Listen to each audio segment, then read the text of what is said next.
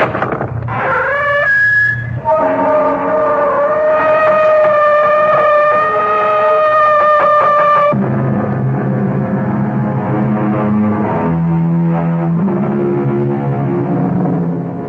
in. Welcome. I'm E.G. Marshall. This is a story of something lost and never found again. A sad story. A strange story. But in no sense a warning. For certainly no one of us listening could ever be caught up in such a set of circumstances. Or could we?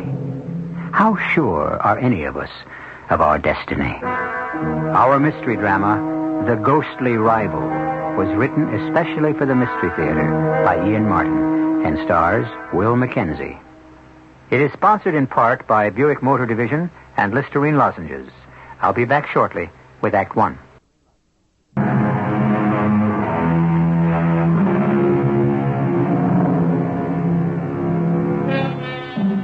The crumpled remnants of the car are now a dying sheet of flame.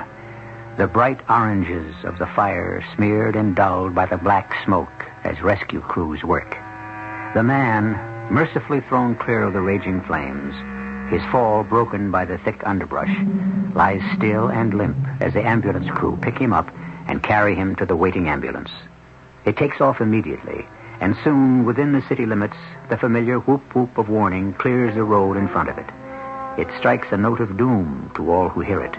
Then, suddenly, there is the muted quiet of the hospital.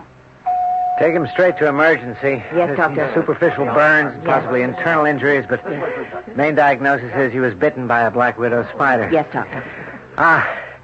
Whoever's on duty can handle the surface stuff. Alert the neuro resident, whoever's on the psych side for the rest. Can do, Dr. Peters. Did you sign him in? Yeah, here are the papers. There's a woman with him. Wife, I guess. She got caught in the car and burned to a crisp. His name is Cartwright. I guess kid glove treatment. He's one of them. We treat them all the same. That's the spirit, baby. Just the same, his family and in-laws did build a wing for dear old Central Hospital. All right, I'll see you in the snake pit later.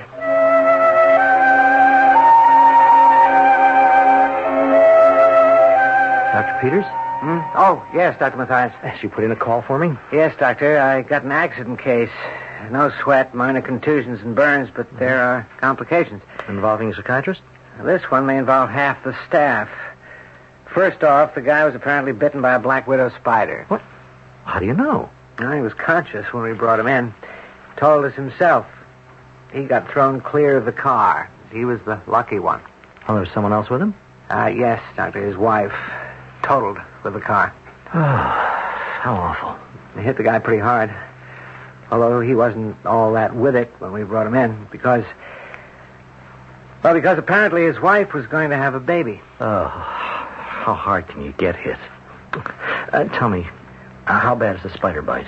Well, that's kind of out of my backyard, but according to Doc Stearns in toxicology, there isn't much to do but wait and see. Well, as I remember, it's seldom fatal, but it takes a long time for the poison to attack the system, and the pain is excruciating, if and when it does. Well, this poor guy's ready to flip his lid. I mean, he goes through the guardrail 200 feet into the valley, kills his wife and unborn child, and turns up without a scratch. Yes, except the spider bite. Yeah, that. Well, what's that next to losing your wife, your kid, and maybe your future? You're not asking me, Dr. Peters. You're telling me. And that is my job to discover and to heal, if I can.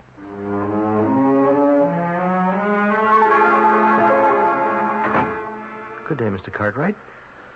Well, what's your specialty? If you're a doctor. I am. I'm a psychiatrist. Oh. Well, that's different. No, not really. Just another phase of medicine. I hope not. I mean, I hope enough different. I've been wanting to ask for someone like you. I've got to talk to someone who might possibly understand. Understanding, I can't promise you absolutely. But, well, at least I listen well.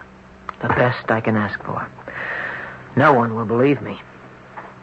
I am trapped as thoroughly as that horrible thing in the bottle I let escape.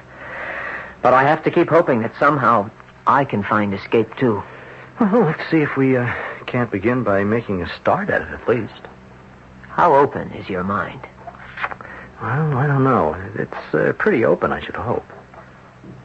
You know who I am.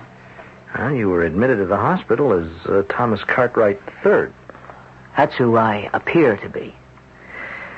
Have you ever heard of a Terry Connolly who is buried in the graveyard behind St. Stephen's and whose headstone reads, born 4/29/51, died 8/16/73? Well, should I have? Yes. Because that's who I really am. How do I answer that?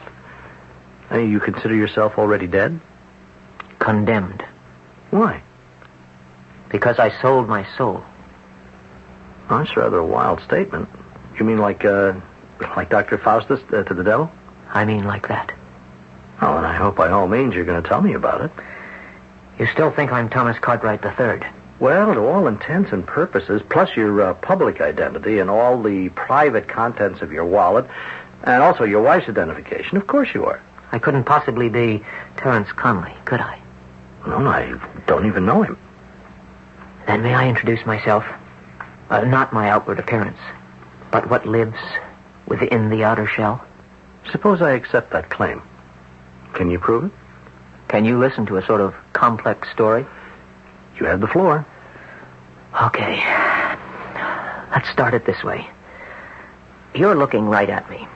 Now, I'll even give you a better opportunity. I really don't think you should get out of bed. No, I'll get right back in. Now, I'm standing. How do I look? Oh, young man in his early 20s. A little bit overweight. Brown eyes, dark brown hair, slightly receding, and some evidence of dissipation. Height about 5'10", isn't that? It'll do. 2 years ago, I had blue eyes and sun-bleached hair. I was 6'1", 185, all muscle. Here, I'll show you. In my wallet is... Yes, this was the last snapshot I ever had taken. Laura took it. You see? Well, this would be the Terry Connolly that you mentioned, hmm? That's right. With a surfboard. A hobby? My life. That was at Makaha, the Internationals. It was where I met Laura, and the first change in my life happened. You fell in love? You wouldn't think it to look at her, but she can hang 10 with any surf cat. Only by her it was just a sport, for kicks, not a way of life. Now that shook me. I suddenly woke up to the fact that I was nothing better than a surf bum. Oh, well, so you gave up surfing? Not exactly. I came back to L.A. Laura's from here. Well, from Santa Barbara. And since we wanted to get married, I had to find something to do to make a living. There was this kid I knew. We'd surfed at 100 beaches ever since we were in junior high. Only he'd busted up a leg pretty bad on a flip-out at Monterey. He had a little stake, so we opened a kind of surfboard rental shop. You know, with skin diving gear, other stuff, snorkels and all. And I went in with him, giving surfboard lessons on the side. It wasn't bad, but you couldn't make much. You know how rich Laura's family was. So, she came up with a better idea. I don't know, Laura. I just don't know if I could go that route. Oh, don't get all uptight on me. It's only money. Yours, not mine. Ours, darling. Once we're married. I don't want to live off you. Now, that isn't the question. I want you to live with me. And I also want to be supported in somewhere near the style to which I am accustomed. You're not going to be able to do that being a half-baked beach boy. Oh, thanks for the way you size me up. Oh, there's no big problem, Terry. Let's be practical. You got your college degree and decided to take a year off because you wanted to prove there wasn't a wave that swept in on any shore you couldn't master. But you said yourself, after Spud got all busted up, you'd bought it. You want to be a doctor. Okay. You've had pre-med. You just go on using my dough, and when you get to be a rich orthopedist, I'll make you pay and pay and pay. I don't know if I can cut it. After being a dropout. You can cut anything you want to, Terry. What about your father? Well, I've been breaking him down bit by bit. He's not all that tough. And how about my rival, Mr. Flab-bellied Moneybags? Tom Cartwright? That isn't fair, Terry. He's just very different from you. He sure is. several $1 million worth. Family money. He didn't earn it. The way you're going to. Oh, Terry. What? I love you. You're what I want. Your father will never buy it. I told you I've been working on him. I've even got this far. You're invited to dinner this Friday to meet him. You mean so he can look me over? Well, that's fair enough, isn't it? Sure. If you were my daughter, I'd make damn well sure I got a good look at anything chasing you.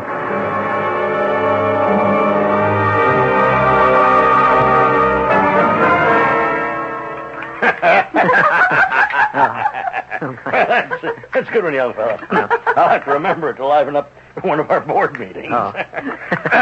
Well, you can put the brandy in 2 glasses on the table, George. And, Laura, Yes, Daddy. why don't we have coffee out in the solarium? There's still plenty of light to admire the view. All right, I'll have George set us up there. And, all right, now, you go along, Superintendent, will you, dear? Mm-hmm. I think Terry and I have a couple of words to exchange. Okay, Dad, but you won't be long, will you? No, no. I'm the only lady for the gentleman to join. No time at all. Well, you'll have some brandy, Terry? Oh, I'm not much of a drinker, sir. How much? Beg pardon, sir? Well, you heard me. How much to what? To get out of my daughter's life, leave her alone. Marry the kind of man I think she should. Someone with plenty of money. Well, it should be one of the requirements. One that you don't have. I've got a better one. She loves me. I don't know. Out of sight, out of mind. Now, how much, Mr. Beach Boy, to take your bedroll and go follow the waves instead of the most precious possession I have? How about a nickel? I don't understand you. It's obvious how cheap you consider me. I thought I'd just keep the price in line. Okay. I'll score you 1 for guts anyway. But it won't help you. I know who I want Laura to marry, and so does she, and that's the way it will turn out. You may be in for a very unpleasant surprise. I doubt it. I offered you money to get out of your own free will. And it'll probably cost me less to have you removed, if that's the way you want it. You've got to be kidding. I don't make jokes. Let me put it quite simply, Beach Boy. If you don't bow out gracefully, I will make certain arrangements to have you, well, if you'll excuse the expression, rubbed out. I'll give you 24 hours to think it over.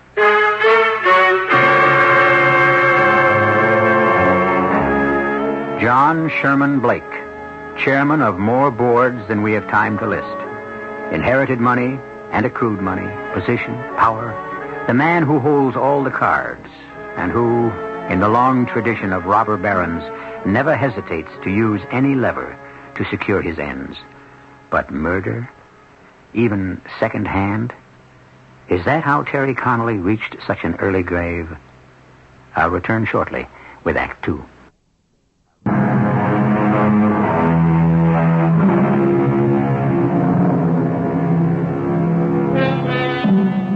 For a moment, as though exhausted, the pale young man in the hospital bed has shut his eyes, leaning back against the pillows. Dr. Matthias, the psychiatrist, eyes him carefully and then speaks quietly. Perhaps, Mr. Cartwright, we should let you rest for a little while before you continue. Rest, Doctor? I haven't known any rest since... Oh, since the night you were telling me about? Yes. I didn't go out to the solarium to have coffee.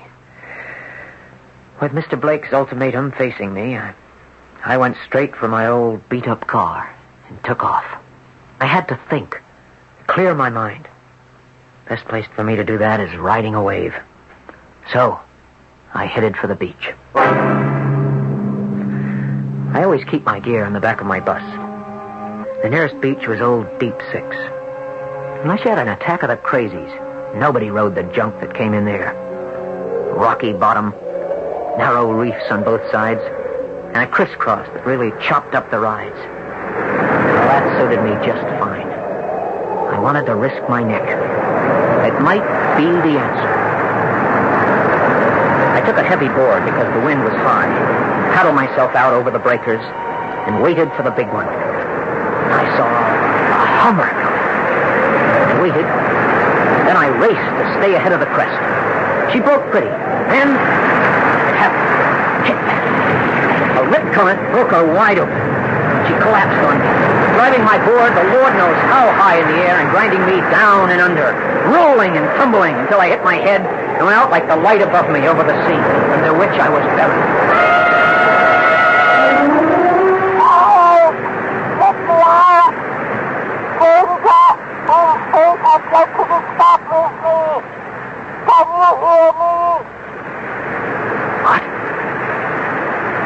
What is it? Who? Oh. Who is it? Oh. Only release me from my prison, and I can grant you anything you want. Anything? You have only to name it, and it is yours. Bruised and battered, half conscious. By luck, the tide had been going out, and I had been left lying stranded, face down in the rough sand, above the tide's edge. It was almost dark. Beside my head lay a dark green bottle washed up by the waves. And from it, the voice I heard. Or did I really hear it? Was it just some sounding in my half-conscious head? It seemed to be coming muffled from the bottle. Who are you? Who I am matters little. What I can effect if you free me is another matter. You're inside the bottle? Yes. But I have no power. Freed, my power is limitless. For my freedom, ask what you want. Power, honor, fame, knowledge, riches. On what condition? I ask none. Are you sure? Or are we just kicking around the old Faust dream? Your freedom for mine. I said there were no conditions. Open this bottle and let me out, and I'll grant you whatever one wish you desire. Okay. You got it. It's only a dream. How? There is no way I can dig this cork out. Break the bottle. Okay. Scrooch up in the bottom and look out for flying glass. Here goes! The moment the bottle broke, a great, hairy, black spider with a red hourglass mark on its belly burst from the sharded remains of the neck. For a moment, it teetered on its long, jointed, multiple legs. And then, a second transformation took place. Almost as though it had exploded, the spider blew up into a giant of a man, with a bald head bristling dark blue from shaving, and a body covered with tangled black hair, dressed conventionally enough in blue jeans, just like I wear normally. I am your servant, sir. Who are you? I am whoever you want me to be.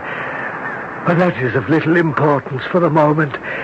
You kept your part of the bargain. Now, I keep mine. Ask anything you want of me. One request. No strings. Choose. All right. I'm too tired and chopped up to debate the point. You ask me what I want, I'll make it within reason. More wealth than the father of the girl I want to make my own. Enough more so that he cannot keep us apart. Granted. You've made your choice.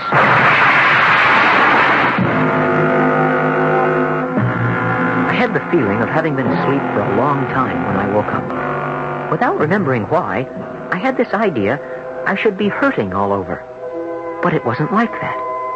I felt like I was floating on a cloud. The bed, if it was a bed, didn't support me. I just sort of hovered in space by myself. I didn't want to open my eyes. I didn't want to come back to reality. This was too plush, too out of this world. Very slowly, I opened my eyes. Good morning, sir. Would you like to breakfast or bathe first? Who are you? Oh, dear. Mr. Cartwright had a big party last night. I've got a headache, like someone hit me with a sandbag. That's right.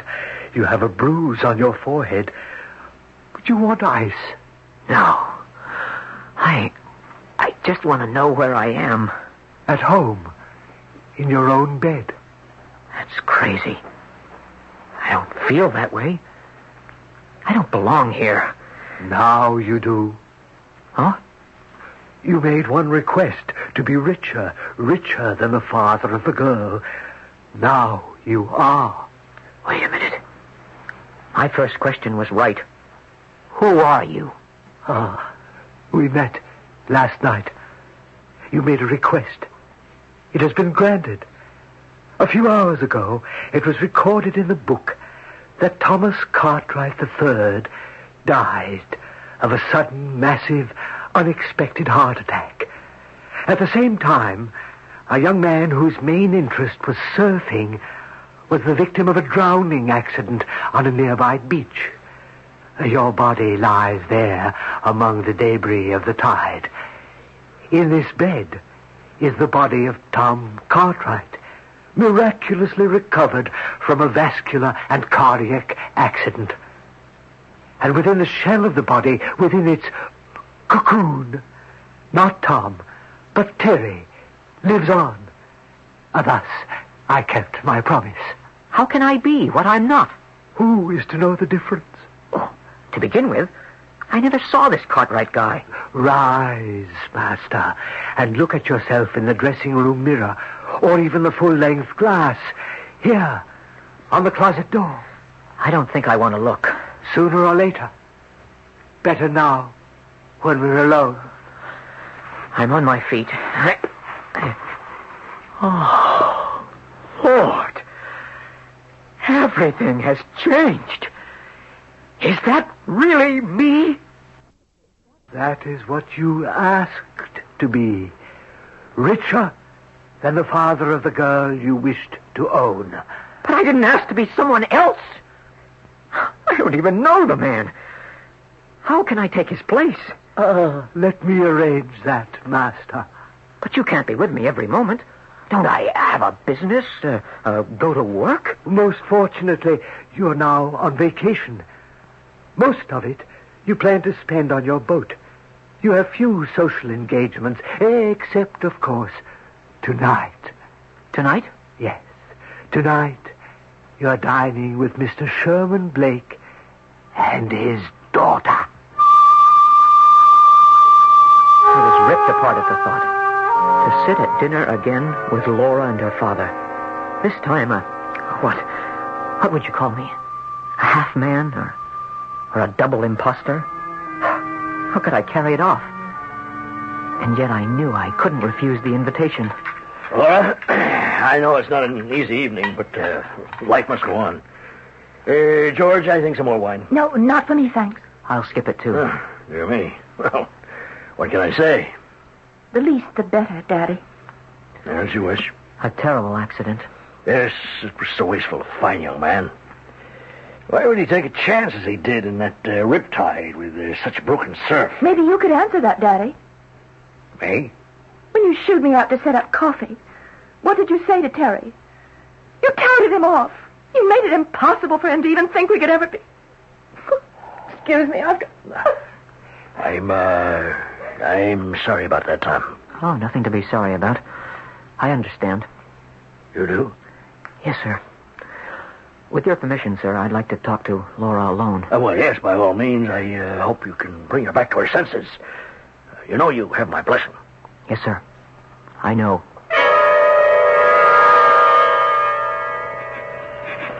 Why don't you leave me alone? Laura, please. Don't you even have one small speck of sensitivity in that mean, rotten little soul of yours? I only wanted to tell you something. There's nothing you can tell me that I want to hear. I'm just trying to explain that... Before I met Terry, you explained again and again that you were not what you seemed, a conceited, pawing slob who reached for any woman as though it was his divine right. But what I'm trying to say is that I'm not like that anymore. Don't make me laugh. We've been down this route before, Tom. There's no way, now that I've known what a real man can be, that you could ever turn me on. I wouldn't dream of trying now. I'm sorry, Laura.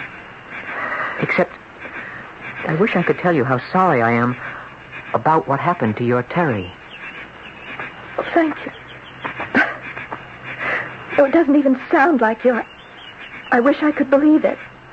You can't. I'm not quite the heel you make me out to be. I may have been once, but not anymore. Now I'll leave you alone. I just wish... Wish what? Well, I just wish I could comfort you some way. Well, I don't see how. Thank you for wanting to, Tom. It's so funny, but all night since you came to dinner, there does seem to be something different about you. I don't know what or why. Because I have changed, Laura. Give me a chance to prove that. With time, I think you'll find I'm not the hopeless case you've written me off as. I had found out two things. The first, that Terry Conley was dead. The other, that I, or Terry, had given up his life for nothing. I went roaring home in my newly acquired Ferrari to face Aki, or whoever he was, with a new decision. I want to go back. I don't want the money or this flabby, jaded body. So sorry. It's not possible. One wish only, and that has been granted. But I didn't know I'd have to give up my life for it. Please, allow me to point out, you still live. Only outward identity has changed. It's the same thing. As long as I seem to be Tom Cartwright, the girl I want and love won't look at me, won't have anything to do with me. Patience, Master. You will see. All will turn out right. It is written, you will be married. Now, I must leave. If you need me again, go to the sea and find the bottle again.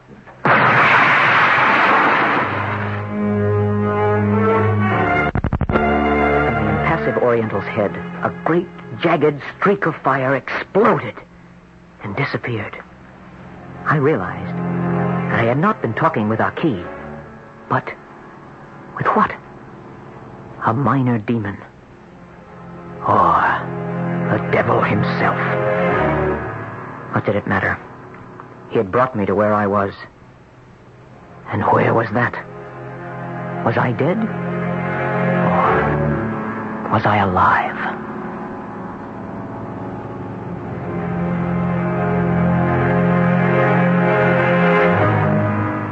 For a moment, the pale, tortured young man in the hospital bed stops his story to shut his eyes as if against the wave of excruciating pain. The psychiatrist, listening to him, is tempted to react compassionately, but for the moment he waits. The pain may be less physical than mental. And the harrowing story is not yet ended. I'll return shortly with Act 3. You've worked hard to get where you are, and now would be a very good time to give yourself a little pat on the back in the form of Buick Electra, a car filled with room, luxury, comfort, the perfect place for you and your free spirit to get together. Buick Electra. Think of it as recognition for a job well done.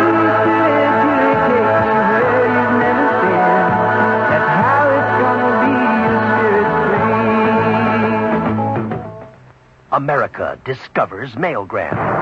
All over the country, people are discovering the speed and impact of mailgram.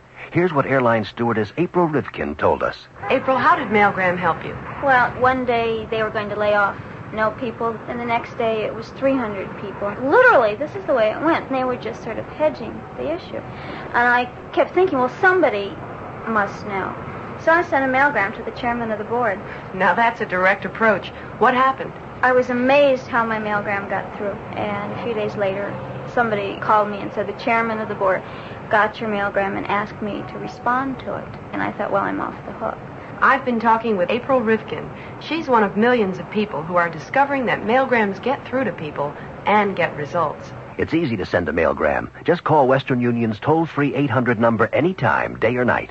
Mailgram, impact of a telegram, at a fraction of the cost. Oh, do I love my legs? I do. Do I love my legs pantyhose? Legs pantyhose have memory yarn. Memory yarn stretches out and remembers to stretch back. That's the memory in legs memory yarn. I can walk, I can jump, I can bend to touch my toes. Stretch to stand on tiptoes. Legs never bag. Legs never wrinkle. The memory in legs memory yarn. My legs pantyhose have a fit you can't forget. A stretch you won't believe. Comfort beautiful. That's the memory in legs memory yarn. Oh, do I love my legs? I do. You'll love Legs pantyhose, too. And if for any reason you don't, we'll refund your money or send you a replacement, whichever you prefer. That's the You'll Love Our Legs guarantee. Oh, I love my legs, I do. Get 'em at the Legs Boutique.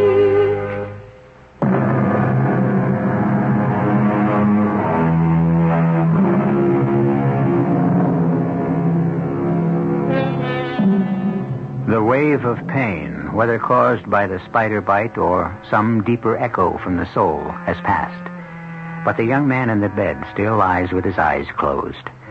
The nurse, coming into the room, is quickly pantomimed to silence by the psychiatrist. She stops with the tray containing the hypodermic and the phial of morphine.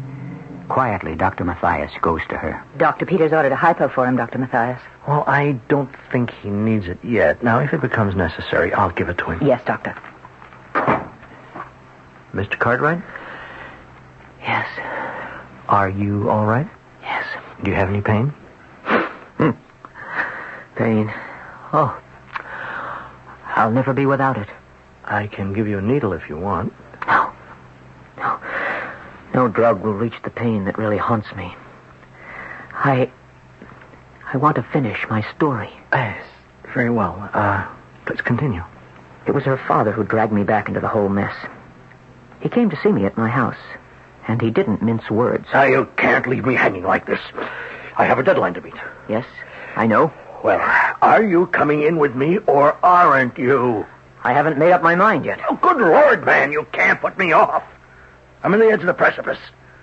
I foolishly overextended. I have no cash flow, and if the banks ever get wind of that, the whole thing would collapse like a house of cards.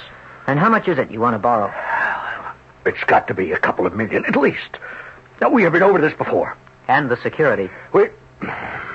We've discussed that before, too. You mean Laura? Yes. Except that she happens to be a security that you can't deliver. That's where you're wrong. I have only to tell her the truth about my business problems, and she would she would agree to marry you.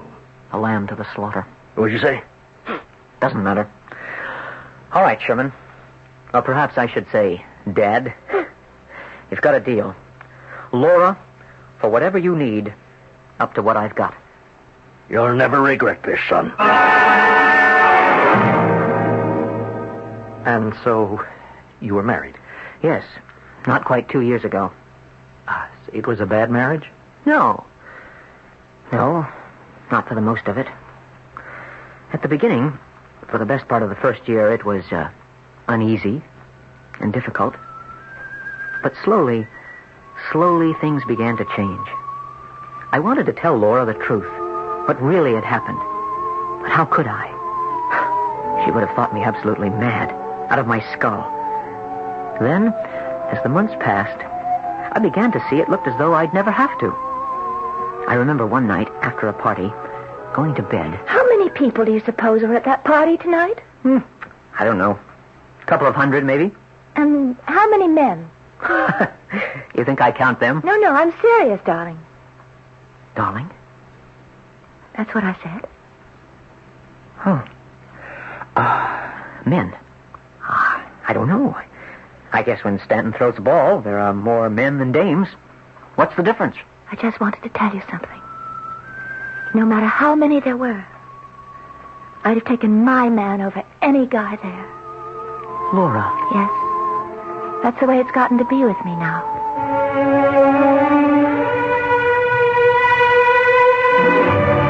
That was the beginning of our whole new relationship. At first, I basked in it, gloried in it, ate it up. And then... Yes, Mr. Cartwright. And then? And then another crazy thing was happening inside. Can you imagine a man being jealous of himself? I was two people in one body, both of whom loved the same woman. One was dead, except his soul lived on inside this body. Who was it Laura really loved? Me, Terry, the scatterbrain, the live-for-the-moment guy? Or Tom, the percentage man, the cool cat with the morals of one and a built-in gift for destruction? Is that what you tried to solve? That's what I had to solve. Because... Because? Because so very soon after Laura and I had found each other, she became pregnant. Whose child had been created? Mine? I mean Terry's? Or Tom's? I mulled over. I agonized over what the future held.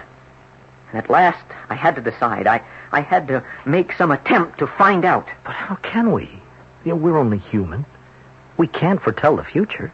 I could. I remembered what the Spirit had told me. To seek him, go to the sea. Again it was late in the day, and again it was old Deep Six. Beyond the surf, I waited for the wave. I was king, invincible, hanging ten. Suddenly, before I could move back, the wave broke upon me.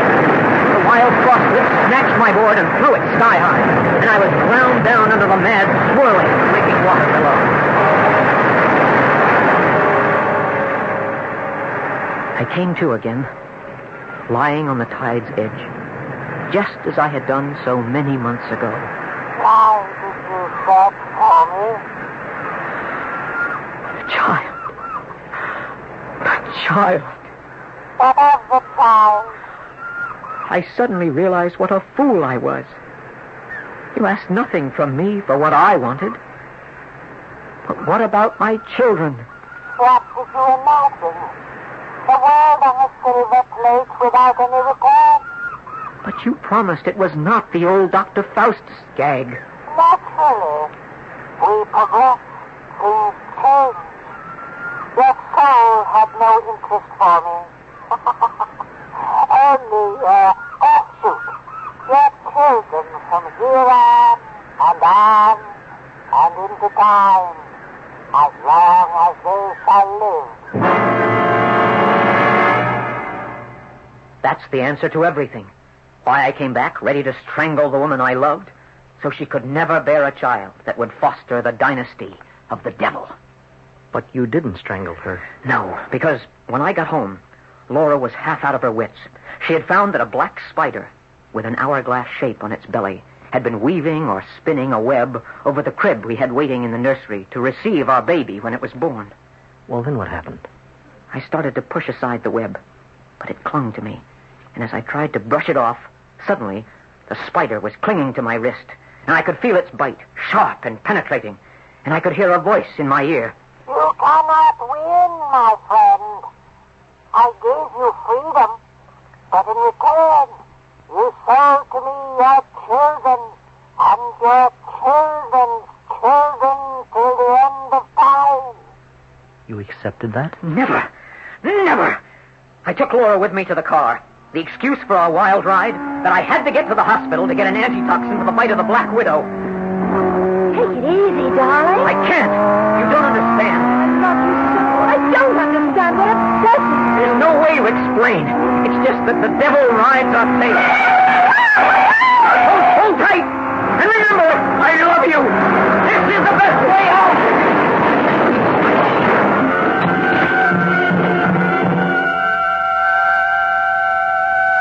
So, you remember. You know that Laura's, You're dead. Why not me? What was I saved for? It's a question that can't be answered. Oh, yes. see now. It's all clear. You. What? In another form. The Antichrist. The enemy. I can do nothing else. Mr. Kite, I can kill you! Yes, I can! I mean, I want to help you. Okay. I don't need any medicine for me to handle this.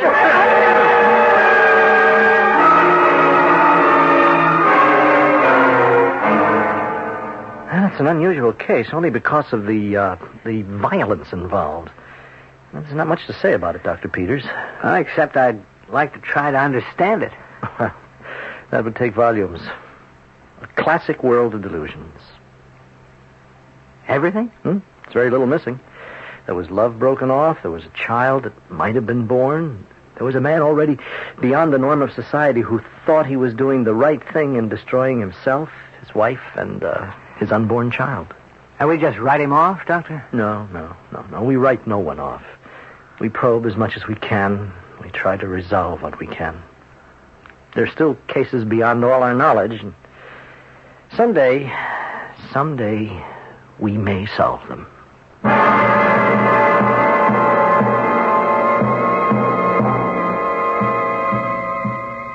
Don't look to me for any answers. This is the story of what happened, or appeared to. I know no other way than to leave it at that, unless someone can tell me more than I can understand. I'll be back shortly. Bargain shoppers of America, you've waited long enough. Now you'd better move fast, because it looks like prices on appliances will be going up again soon. Before they do, get to your Whirlpool dealers, where you'll find some of the hottest deals in town. How about that new dishwasher you've been promising yourself? Take $74 off the old fair trade price tag on a new deluxe Whirlpool quality dishwasher. In the market for a quality refrigerator? Save $60 on Whirlpool's beautiful big side-by-side 19-footer. Or save $43 on the Whirlpool 12-footer that's American-made and only 24 inches wide. Wait, there's more. You save $70 on a Whirlpool quality compact washer and dryer pair, and they can both fit in only 24 inches of space. Here's what we're saying. Whatever you're bargain shopping for in the way of quality appliances, now's the time to see your Whirlpool dealer. He's got the deal to turn you on. Prices are optional with Whirlpool dealers, and savings are based on previously higher fair trade prices.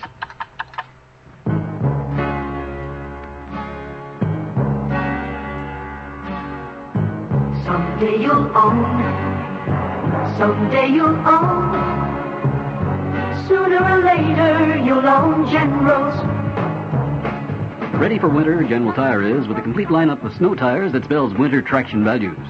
Now you can get General's fantastic radial snow tire, the famous dual steel gripper, for as little as $43.95. That's for the size BR7813 tubeless white wall, plus $2.16 federal excise tax. You'll also find low prices on the glass-belted General Gripper 780 and the General Winter Cleat. So whatever your snow tire needs, you'll find great values now at General Tire. Sooner or later you'll own General's. Sooner or later you'll own General's. The new Lowe's Monte Carlo Hotel is alive with life. Watch the Grand Prix from your terrace. Dine on international cuisine in 5 restaurants. Enjoy international stars in the Folie Russe Supper Club. That brochure, sir. Play roulette at the only in-hotel casino on the Riviera. For reservations at Lowe's Monte Carlo, call 586-5099 or the Lowe's toll-free number in your area. Lowe's Monte Carlo Hotel.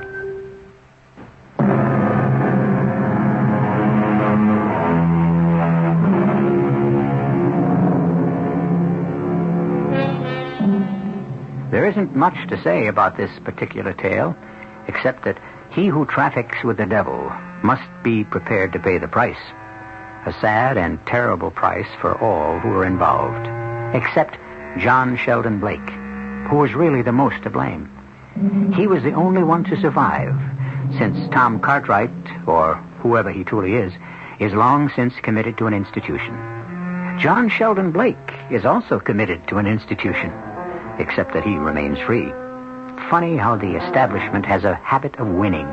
When come right down to it, they're the ones who are really mad. Our cast included Will MacKenzie, Marion Seldes, Robert Dryden, and Earl Hammond. The entire production was under the direction of Himan Brown. Radio Mystery Theater was sponsored in part by your Singer Sewing Center. This is E.G. Marshall inviting you to return to our Mystery Theater for another adventure in the macabre. Until next time, pleasant dreams.